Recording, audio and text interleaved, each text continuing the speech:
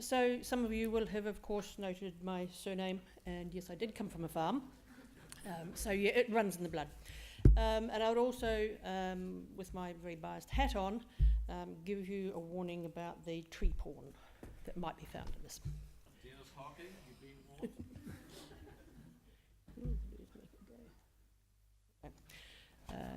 So we have some tree porn, and we did manage to find some animals in it as well.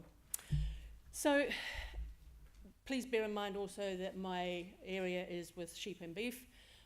We work very closely with the other parts of the sector, so particularly dairy and deer, but some of the examples will be more sheep and beef focused than others. So,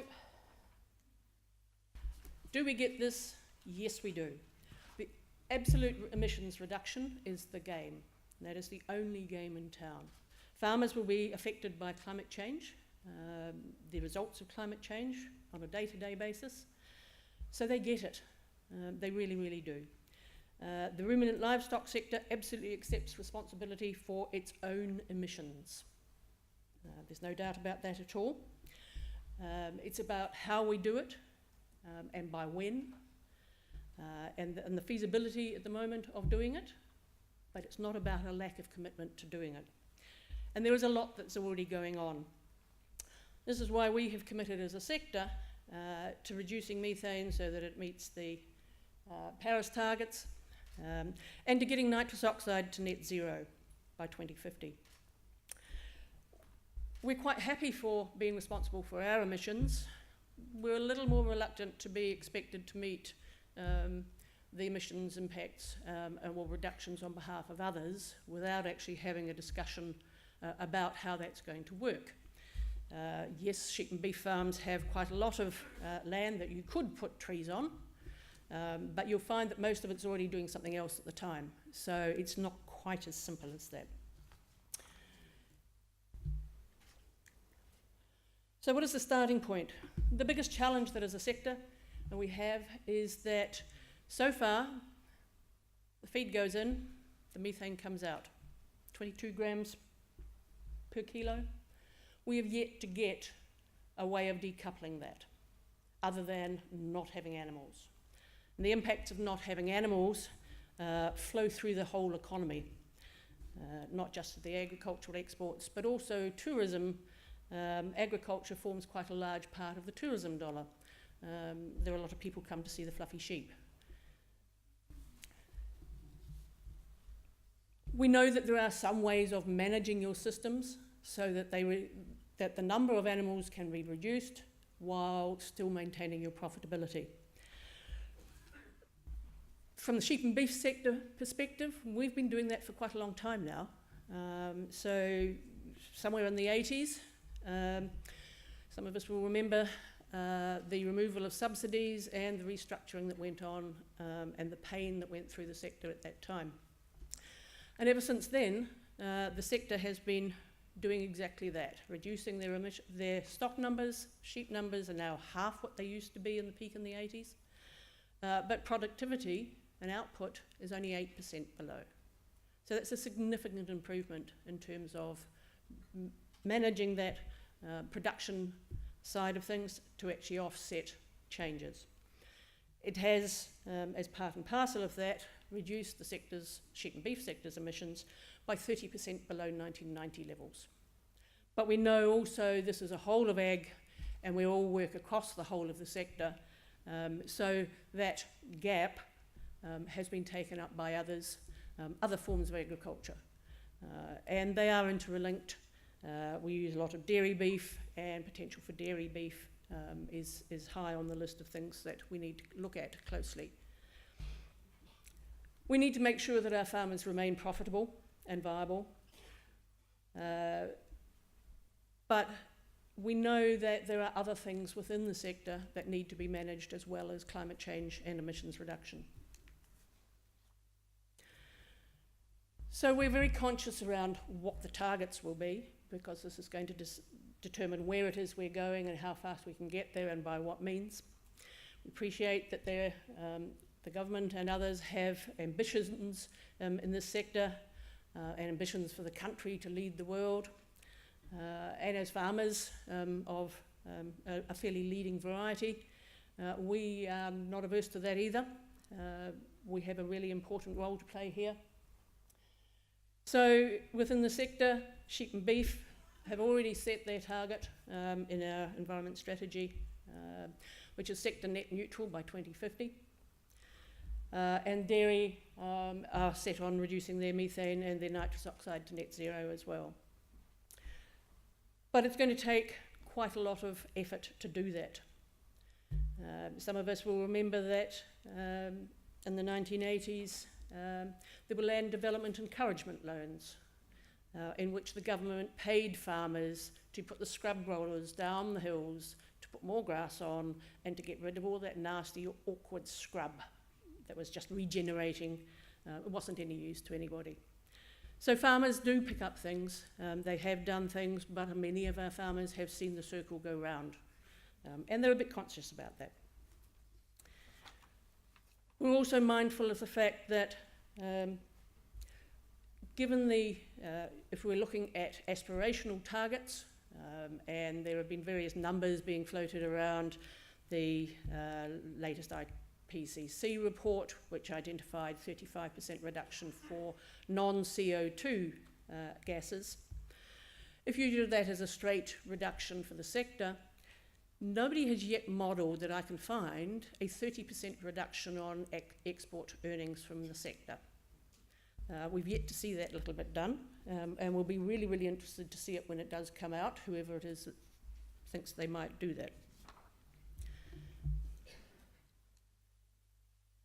A little bit of porn and a little bit of balance. 80% of deer farmers are sheep and beef farmers too, and they get some really good landscapes. So what is being done? So we'll go back to a little bit. I was asked to sort of touch on Berg as I was on Berg from its inception and ended up as one of the co-chairs. It was an interesting exercise. And in actual fact, Berg grew out of an agricultural policy wonk group who sat around and had for some time working on what are we going to do about climate change, because we can see this as a big train coming down the track. And the next thing we knew, it was turned into Berg. So Berg did a little bit of work. We had a whole lot of questions that we asked and asked for reports. Berg was not asked to do policy. In fact, it was very specifically told it was not allowed to get into policy at all. So we attempted to identify some of the key questions that we needed answers to, and then get some work done on answering those, which is what Berg did. Some of them are perhaps more useful than others. One of the reports, in particular, looking at what farmers can do now, looked at dairy. So there are a range of things that were identified that could be done, but the level of impact on the system and on GHGs is not high. Right? It's 2 to 10% was the estimate. It depends on how you put them together. It depends on what your farm systems are.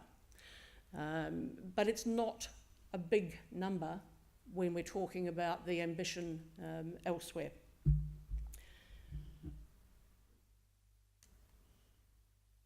On sheep and beef, the report that looked at current mitigations identified that for sheep and beef there was about 2 to 5% that you could make emissions reductions on currently. So there are a range of things in terms of adjusting stocking rate and increasing productivity on the remaining animals, on the remaining area, decreasing stocking rates and making production improvements, or continuing them. Nitrogen fertiliser for sheep and beef, yeah, it works for a little bit, but you actually have to be putting nitrogen fertiliser on your farm before you can actually reduce the amount of fertiliser, and we have a large number of sheep and beef farmers who don't actually put nitrogen fertiliser on their farm. So it's a bit of a challenge for them. Trees, well, you're talking to the wrong person. Trees are an option. They are a very good option in some respects, and not so good in others. They don't actually reduce emissions. They merely offset and counter the adverse impacts of them.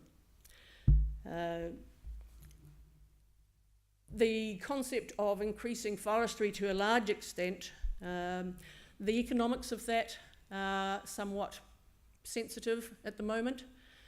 We don't know exactly how it's going to work out. Putting it in the forestry into the ETS involves potentially 25,000 farmers joining the forestry ETS. And as we've heard this morning, others have seen that having 25,000 farmers in an ETS is not actually a desirable thing to do from an administrative point of view. So we have to be really aware that putting all forestry into the ETS is not necessarily an option for farmers.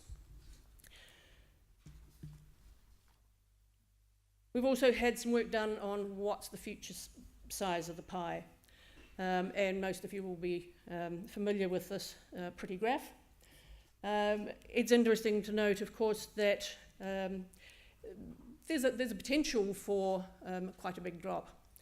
But when you go and have a look at what those things are in the report, it does note that they're not cumulative necessarily. In fact, many of them may not be cumulative or may in fact work against each other.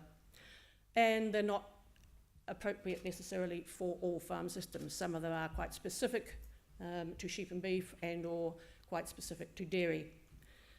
Deer we're a little less clear on because there's been very little work done on deer. So they sort of said, oh, well, you're in between here and here, and we'll make a guess. One of the things that's identified quite frequently is land use change, and that's certainly an option. Farmers have been changing their land use ever since they started farming. It's important to remember that in terms of land use change being seen as the best option to do this, it's certainly one option. And from an economic and purely economic point of view, then it may make sense. But farmers are farmers and custodians of the land. And there's more to farms, and I can only speak on behalf of sheep and beef, but I'm pretty sure that it'll apply to the dairy farmers, is they see themselves as custodian of that land. There's a whole lot of other things that go into managing their land that they need to take into account. So there are 4 forms of capital, and we need to remember that all 4 of them are actually important. Not just economic, but environmental capital, social capital, and cultural capital. And within the environmental capital, there are a whole range of things. It's important for water, it's important for climate change, it's important for biodiversity, it's important for soil. So all those things have to be managed, and they have to be managed collectively. They're not things on their own any more than climate change is. And farmers know this and are working very, very hard to do this on a daily basis. So this is written, of course, by somebody whose qualification is actually in botanical ecology, so hence the affinity with the trees. Trees are great for a number of reasons. They do store carbon. They also have biodiversity benefits. And I think sheep and beef farmers recognise this. Some of you will be familiar with a recent report by David Norton and his team, which identified there's 1.4 million hectares of native forest on sheep and beef farms, and 2.8 million hectares of native biodiversity on sheep and beef farms. That's a quarter of the native biodiversity in the country. So, yeah, the farmers sort of get this stuff. That's where the trees are. We know they store carbon, but whether or not putting them in the ETS is an option for them. They might not meet the criteria, and we understand the difference between what has to be done in terms of fitting in with Kyoto rules, and believe that there is a difference between Kyoto rules, which is one thing, but our domestic settings are different. Because our farmers, who still have these 1.4 million hectares of native biodiversity sitting on their land in the form of trees, would like a little bit of credit for it. They're still there, they're still looking after them, and they're still sequestering carbon. But they don't necessarily get counted, and they're certainly not being counted on their accounts. Because one of the things that we believe is really, really important is, and there's a bit of porn, that just because it's not counted, it's not important. The only place that these things can happen and the changes that are needed can happen is on farm. So as the ICCC people have identified, that it's on-farm behaviour change that we are looking to drive. So it must recognise that that's where it has to be.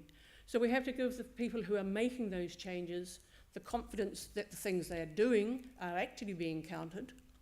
And we're well aware, as many of you will be, that the tools we have at the moment don't really capture a lot of the things that are happening. There are some things that can be measured in overseer and captured, but there are a whole lot of other things that can't. Doesn't mean they're not happening. And the ability to be able to give credit to the people who are making those changes is really, really important. Because it's about behaviour change, and it's about behaviour change for not just farmers, but for the whole of the community. I'm mindful of the fact that, as somebody alluded to yesterday, agricultural emissions have in fact reduced by 2% from last year as a whole. They have increased now by 12% on 1990, with sheep and beef having gone down by 30% from 1990. The only other sector that I think has actually reduced their emissions is the waste sector, and that's methane capture. I think transport has gone up by 80-something% since 1990. So, the farmers are on board with this, but they're also conscious that, they'd like a little recognition of what they are doing and the changes that they have to make, and they would like to see a similar level of effort from the rest of the community. And it's not like we're doing nothing. So, as I said, Berg grew out of a group of environmental policy wonks sitting around a table, getting to grips with what are we going to do about climate change, and this was well before Berg got established. So we believe that the only place these emissions can be managed is on farm. Farm is the point of obligation. It needs to be at the gate. It needs to be net at the gate. Farm plans are an integral part of that. They are the fundamental building block for that to be done. We have our own targets within the various bits of sector, as you can see. Deer have a goal of all farmers with a plan by 2020. Sheep and beef have the very optimistic and enthusiastic goal of all farms by having a plan by end of 2021, and dairy by 2025. We need to have farm plans because farmers have to manage across the range of factors on their farm. It's soil, it's water, it's biodiversity, it's climate change, it's also financial security. So it has to be done on an integrated system. We're holding farm environment plan workshops around the country, across the whole of the sectors. So they are actually being well attended to get the farmers, because it's about the farmers actually driving this and doing it for themselves. It's not having have somebody to come and tell them how to do it. We have working on GHG estimation tools.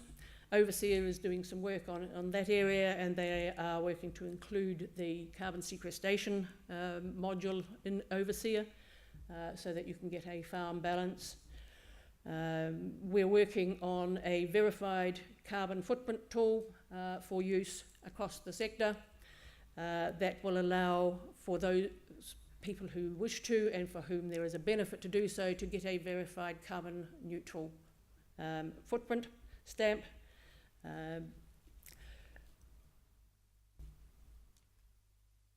There's more. So we have extension and behaviour change programs working extensively across the sector.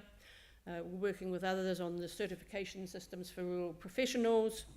We have carbon workshops on forestries and trees, which at the current, the ones we're running, are well and truly oversubscribed. We're a maximum of 130 people, and 200 people turn up, and that doesn't always include the ones who got told that there was no room. We're committed to R&D funding on an ongoing basis. Oops, sorry, that's just more porn.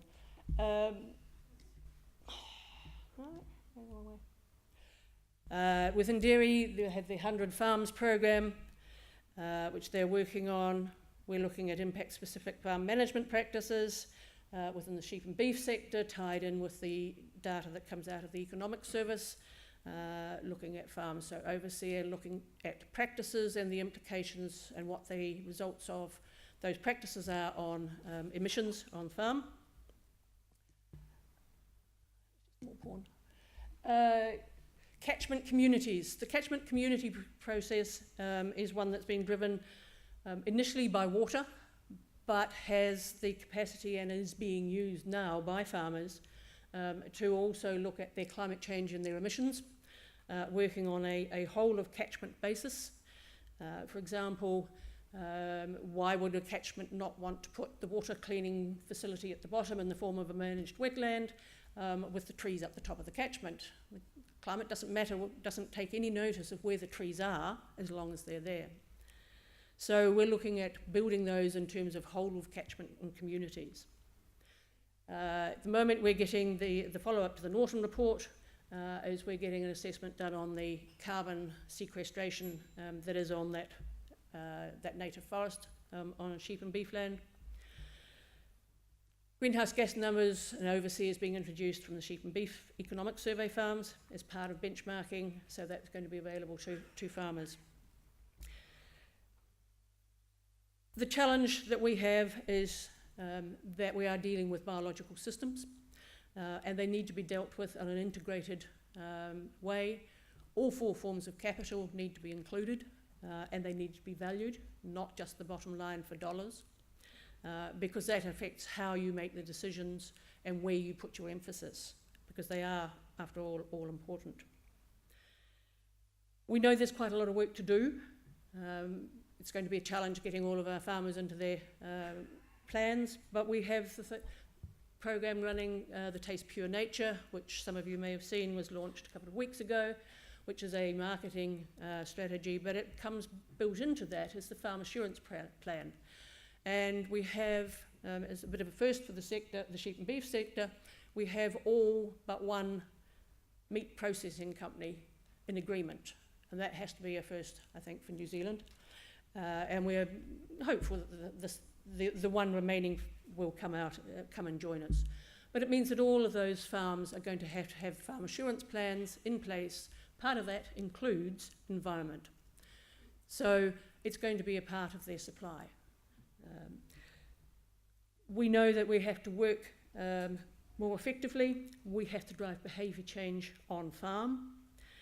And I guess the last thing is, it was interesting to see the ICCC. We have had some very vigorous discussions in the Ag Charge meetings, and I have no doubt we will have some more very vigorous discussions. The sector as a group is working on our preferred approach to how that might be managed. And it does, it's fair to say, differ a little to the ICCC's. We would like to see our farmers driving the change and getting the credit where it's due with a big stick, just to follow up in case. Thank you. Thank you.